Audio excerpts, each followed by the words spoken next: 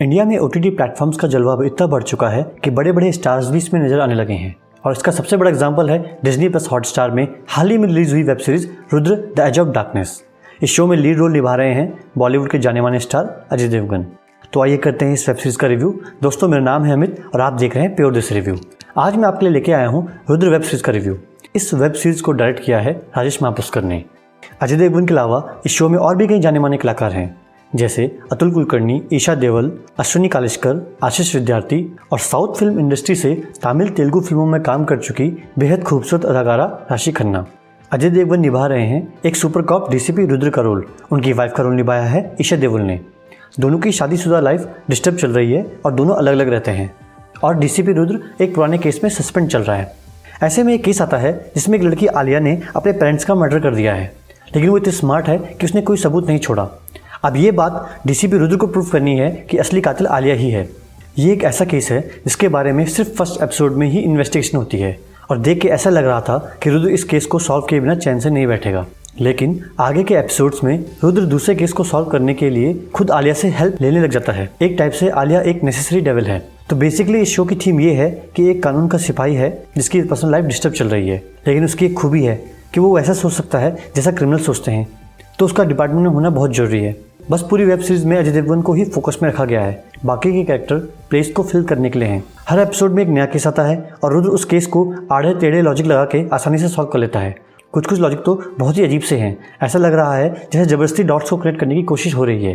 किसी भी केस में एक लाइन के बहुत मतलब हो सकते हैं, बट हमारे DCP रुद्र सिर्फ वही मतलब निकालते हैं जिससे केस सॉल्व हो जाए।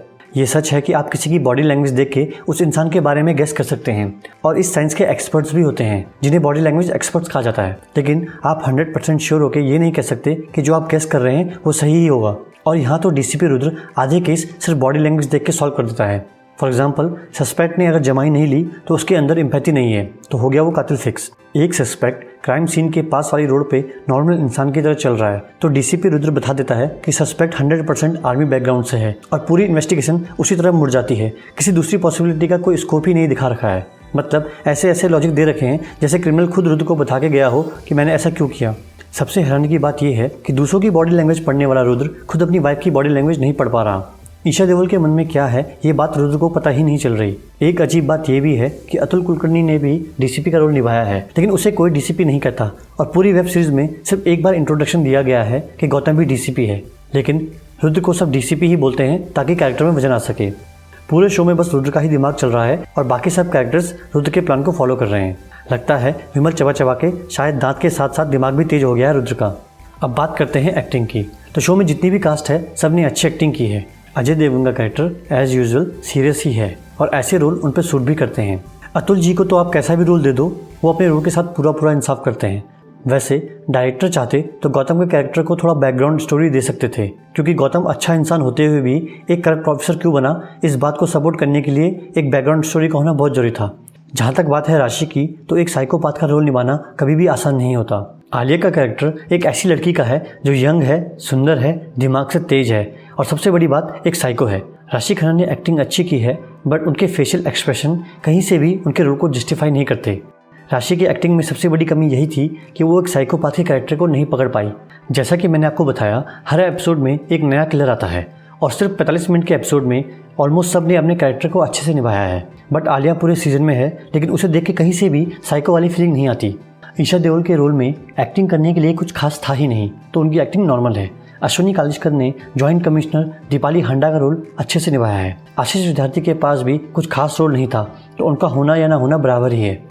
इन सब के बीच में एक रोल है इंस्पेक्टर प्रबल ठाकुर का, जिसे निभाया है तरुण गहलोत ने, और तरुण ने इन सब एक्टर्स के बीच में अपनी एक अलग पहचान बनाई है और अपने रोल को बहुत अच्छे से निभाया है। तरुण गहलोत एक्टिंग और लुक्स का एक सही कॉम्बिनेशन है। ओवरऑल ये शो वन टाइम वॉचेबल है और अगर आप वेब सीरीज देखना पसंद करते हैं तो ये शो आपको पसंद आएगा। बट अगर आपने पहले हॉलीवुड की psycho killer based web series देख रखी हैं तो फिर आप अपनी एक्सपेक्टेशन थोड़ा लो ही रखिएगा, क्योंकि साइको किलर सीरीज देखने का मजा तभी आता है जब शो का विलन हीरो पे भारी पड़े। अब चाहे बात एक्टिंग की हो, दिमाग की हो या फिर हैवानियत की। लेकिन यहाँ के बड़े स्टार्स अभी ऐसे रोल शायद ना करें, क्योंकि ये उनकी लार्जर देन लाइफ इमेज को नुकसान पहुंचा सकता है। तो दोस्तों, ये था रुद्र द वेब सीरीज का मेरा रिव्यू। आप एक बार इस वेब सीरीज को जरूर देखिएगा, आप निराश नहीं होंगे। अब आपसे मुलाकात होगी किसी दूसरे रिव्यू में। तब तक के लिए stay safe and stay healthy.